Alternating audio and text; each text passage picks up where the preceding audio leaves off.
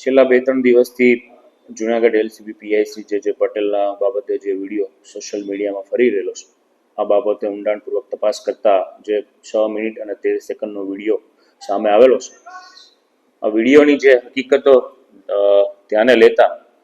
આ કાળા દેવરાજ રાડા કુલ જેના ઉપર 107 જેટલા ગુનાઓ નોંધાયેલા છે અને ગુસ્સીટોકના ગુનામાં નામદાર હાઈકોર્ટ દ્વારા જે શરતી જામીન આપેલા, પરંતુ આ શરતોનો ભંગ કરતા ગુસ્સીટોક સ્પેશિયલ કોર્ટ દ્વારા તેના જામીન રિજેક્ટ કરી અને એરેસ્ટ વોરંટ નીકાળવામાં આવેલ. આ આરોપીને એરેસ્ટ કરવા માટે જુનાગઢ એલસીબી તેમજ સી ડિવિઝન પોલીસ સ્ટેશનને અત્રેની કચેરી મારફતે જાણ કરવામાં આવેલી. આથી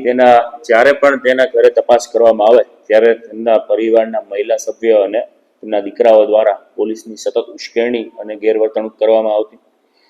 3 દિવસ પહેલા જે એલસીબી પીઆઈને જે બાતમી મળેલી તેના આધારે તેમના ત્યાં વિસ્તારમાં તપાસ કરવા ગયેલા, તો તેમના જે પરિવારના સભ્યો, જેમાં ખાસ કરીને આ વિડીયો સોનલબેનના એ ઉતારેલો હોવાનું હાલ પ્રાથમિક રીતે જણાઈ આવેલા છે, તેમને પોલીસ દ્વારા જે આરોપીની શોધખોળ શરૂ હોય તેવા સમયે સતત પોલીસ અધિકારીશ્રીની પાછળ ફરી અને તેમને ઉશ્કેરણીજનક શબ્દો કે આ સમગ્ર એરિયા મારો છે, કૂતરાની સાથે પોલીસની સરખામણી કરવી, આ ઉપરાંત રૂપિયા માંગતા હોય તેવા ખોટા એલિગેશન કરવા અને 6 મિનિટ અને 13 સેકન્ડના વિડીયોમાંથી માત્ર 12 સેકન્ડનો વિડીયો કાપાકૂપ કરી અને સોશિયલ મીડિયામાં પોલીસ વિરુદ્ધ ઉશ્કેરણી કરવા માટે પોસ્ટ કરેલું હાલ જણાવેલા છે.